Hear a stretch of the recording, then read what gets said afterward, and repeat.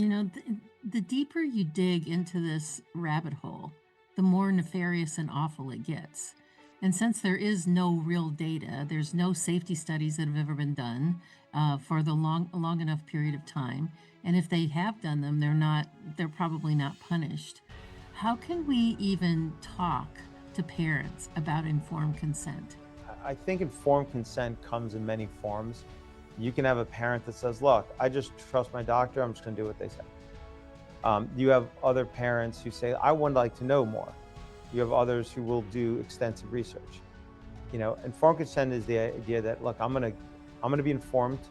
Um, I'm gonna take the information I want, and then I'm gonna choose whether to consent, right? And once you've made that choice, that should be the end of the story. Unfortunately, mandates, they often use coercion to still get you to take the product.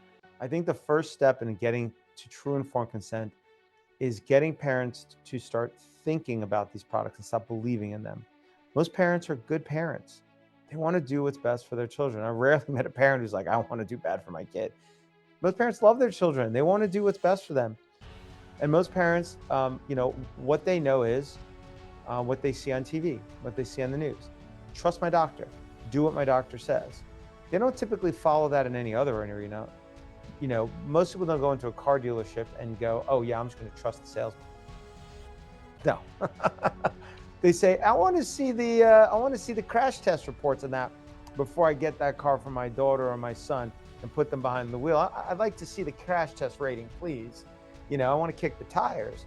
And if you think about any other consumer product, you take a minute to just evaluate. It doesn't need to be deep. I mean, but you take that opportunity to really look at it because you don't believe in them.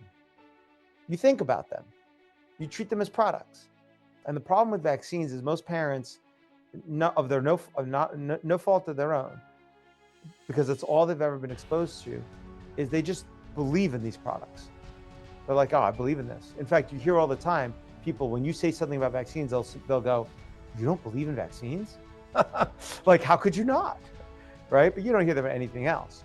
So, to me, the way you get to informed consent is we need to get enough. And you've been out there for a long time, Dr. Tenpenny, trying to do exactly this.